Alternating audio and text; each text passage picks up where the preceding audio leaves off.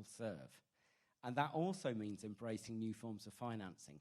Hence why the work on the impact economy is so important. Driving sustainable solutions and resilience by embracing innovation and turbocharging philanthropy. Now is the moment to invest in this new way of working, empowering our neighbourhoods and communities, using the underpinning of the covenant to its fullest, undertaking a concerted effort to recover trust in democracy and deliver economic growth.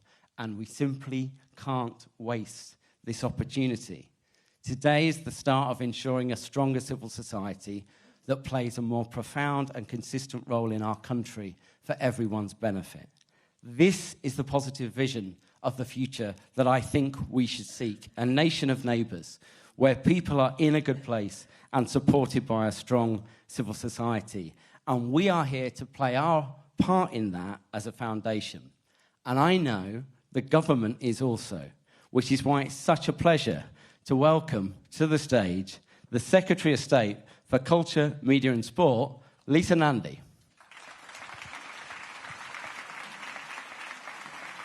Amazing. Thanks so much.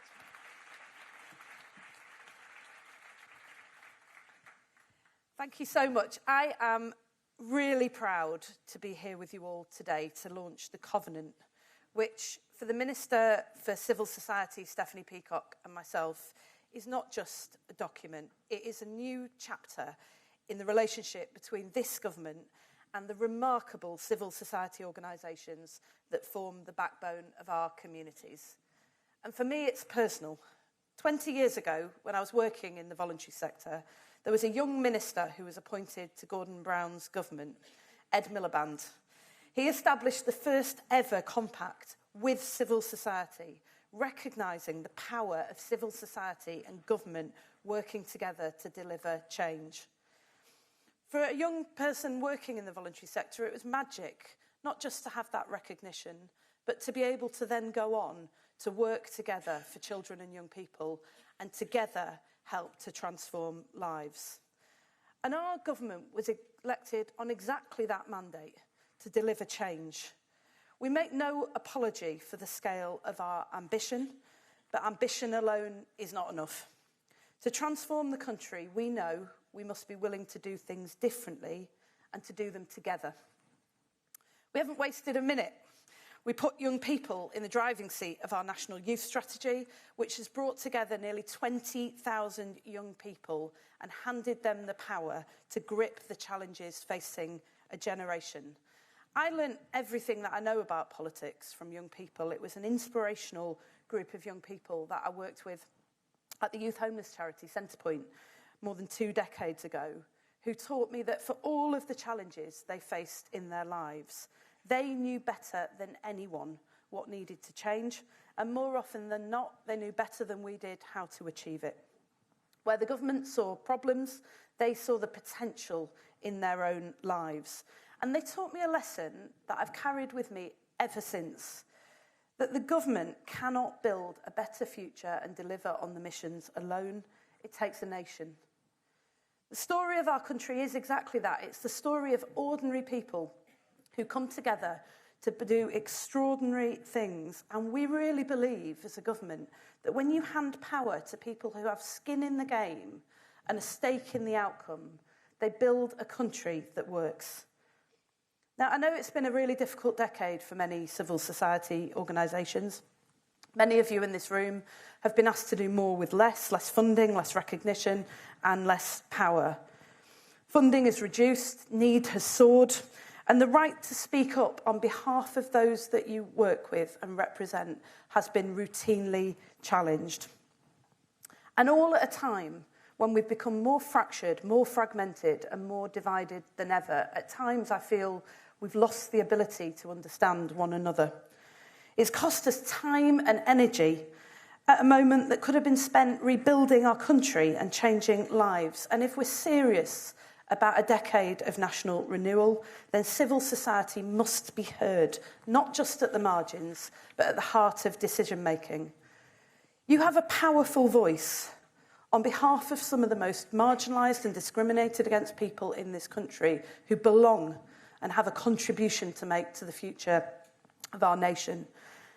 That voice must be heard in the rooms where decisions are made, and it's only by working together that we'll build that self-confident nation where everybody's contribution is seen and valued, and every person, no matter what their background or where they live in this country, has the chance to live the richer, larger and dignified lives that they deserve. We know that so many of those decisions take place not in Whitehall, but in the Town Hall, and that's why I'm particularly delighted to be announcing today a new local covenant partnerships programme to ensure that power is shared with communities across our nation. Because for all of the challenges facing our country, and there are many, everywhere I go, I see the spirit of civil society in action, and I feel the ambition that exists in people everywhere. It's time for us to match it, to unlock Britain's potential, and to turn to face the future. Now, there's one person in our government who has always understood this. 20 years ago, I was working with trafficked children at the Children's Society. So often, those children were just not seen. They were treated as criminals, not victims of crime. We approached everyone in authority for help. We would not rest until we'd got those children the respect and support that they deserved.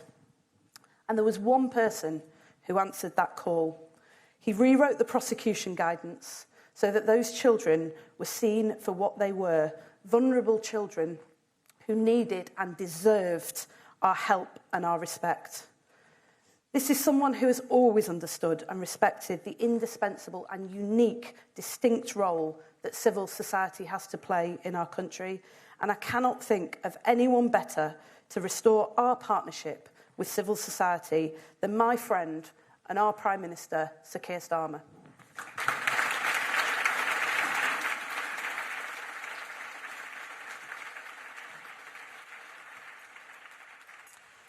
And we're joining a press conference in central London where the Prime Minister, Sir Keir Starmer, is launching something called the Civil Society Covenant, which is billed as a new way of working that puts people at the heart of government. Lisa, when she said she wasn't going to let it lie when I met her all those years ago, she was absolutely right about that. And the passion and energy, Lisa, that you bring to this, I think speaks volumes, and everybody in this room can tell how much it means to you. And it is fantastic to be with you all as I look around, seeing many friends and colleagues. Great to be here as well at the Science Museum, which I have to say feels like a fitting place to be today, because this is the home of innovation, celebrating the progress that's transformed so many people's lives, and in a way speaking to us, calling us, and inspiring us to do the same today.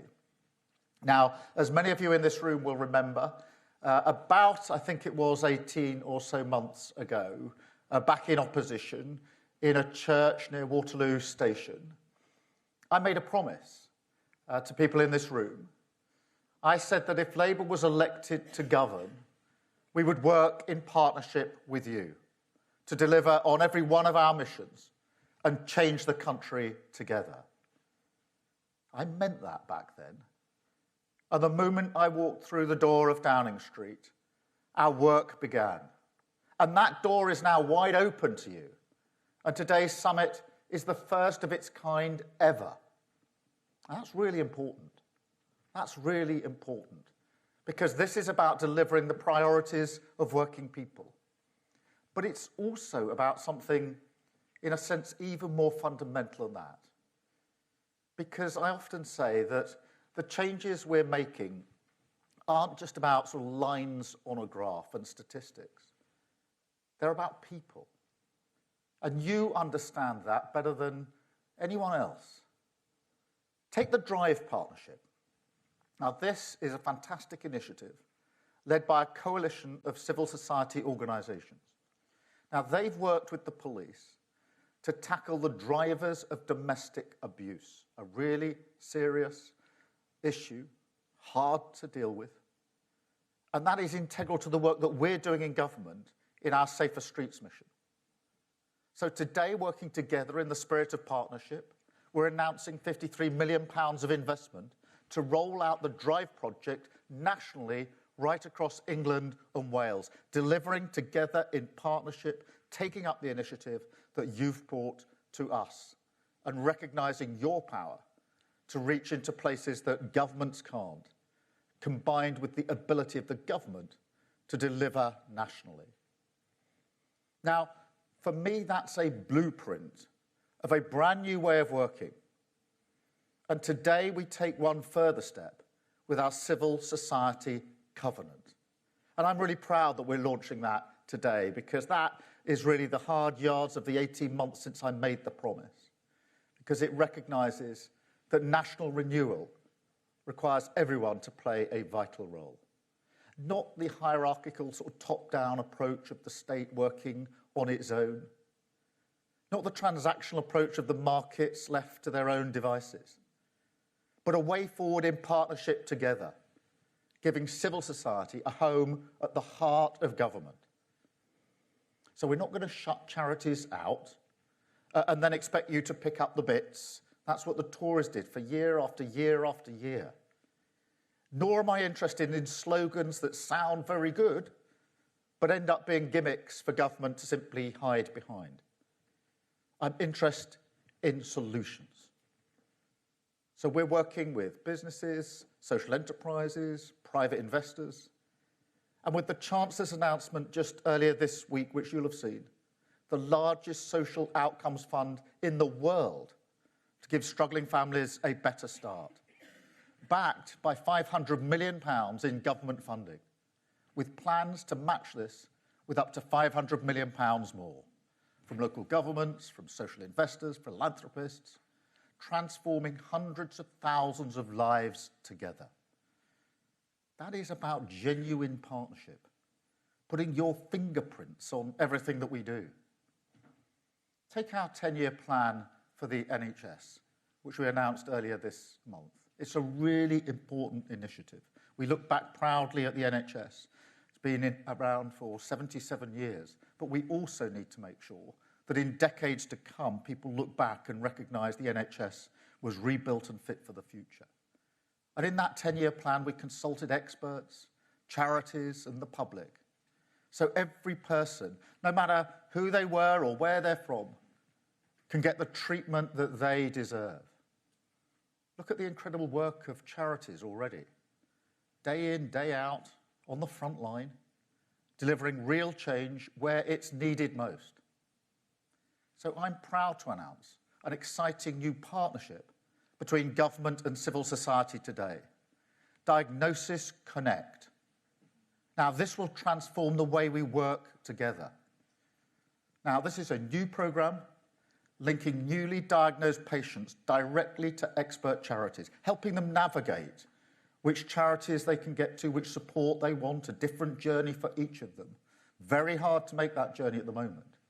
And that's life-changing for people, looking for information and support, often at a really difficult time. Now, that's putting your expertise directly in people's pockets with the NHS app. So that's going to go on the NHS app, which is a central part of our plan, and then people will have it as their map to the support to the charities that they need when they've been diagnosed. What a comfort and security that will be for so many millions of people. But I believe that good relationships need to be honest relationships. We won't blindside you with public attacks like the last government did. We need to do honest about the issues that people care about and expect us to tackle. Have the tough conversations on issues like migration or social cohesion, our security as a country. These are issues where politicians have often chosen to stoke division instead of bringing people together to fix the problem. Now, we know the damage that does to our communities. So when it comes to issues like immigration, we are working differently, strengthening our border security and tackling fraud, working with 72 local organisations as we transition people to a digital immigration status to make sure vulnerable communities aren't shut out of that transition, and working with community groups to train young people in the skills that we need, to reduce our dependence on overseas recruitment, Together we'll build stronger communities, a fairer system, a better society for everyone. And most of all this is about rebalancing power and responsibility. Because I remember, and I suspect you do, when the Tories said that people were tired of experts. Let me tell you what I think people are tired of. I think they're tired of establishment figures who don't listen to them, who don't understand the challenges that they face, tired of being excluded from decisions about their own lives, tired of being treated like their experiences don't matter. And they're the people this government is working for.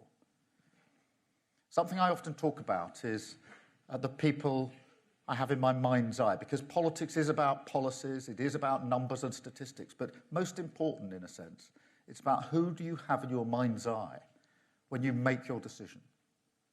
And I think of the people up and down the country who serve every day, who put in every day, often unseen, but absolutely irreplaceable.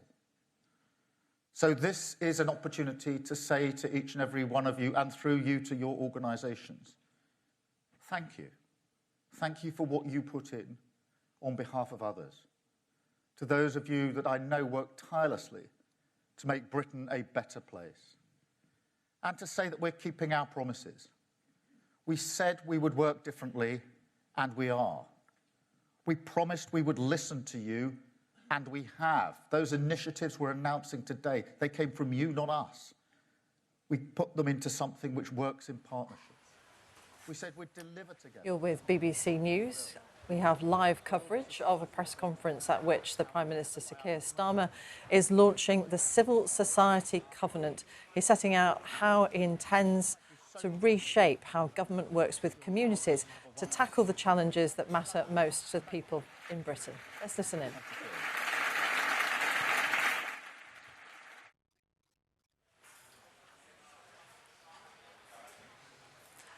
Well, there we have the pledge from Sir Keir Starmer. Thank you so much, Prime Minister. Where he has talked about the importance of having those honest and tough conversations about the issues that really matter to people in the United Kingdom.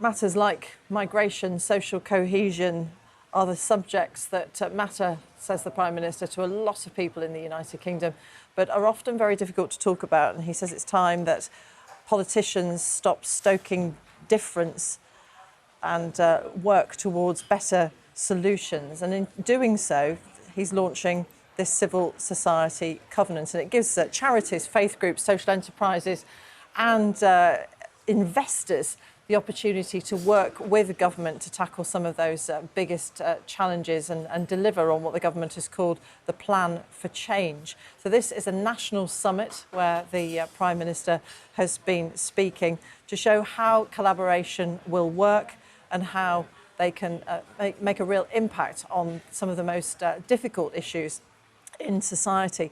Now, charities ahead of this launch have been calling on the government to address what they say has been a significant breakdown in trust between their sector and the government, and many of them point to the difficulties that they faced in the era of the Conservative government, the previous government, and they point to a lack of understanding and respect often from the government of the day to charities, not really understanding how charities operate.